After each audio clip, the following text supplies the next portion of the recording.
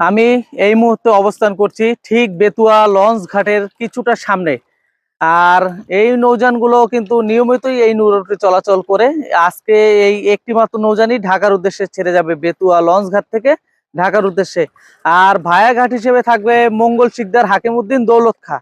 এরপর সরাসরি ঢাকার উদ্দেশ্যে যাবে। আর যাত্রীদের জন্য একটি সুখবর হচ্ছে, দেখতে পাচ্ছেন এখানেই কিন্তু লঞ্চ ঘাট এবং ঘাটের পাশেই কিন্তু টার্মিনাল ভবন করা হচ্ছে, যাতে যাত্রীদের একটু সুবিধা হয়।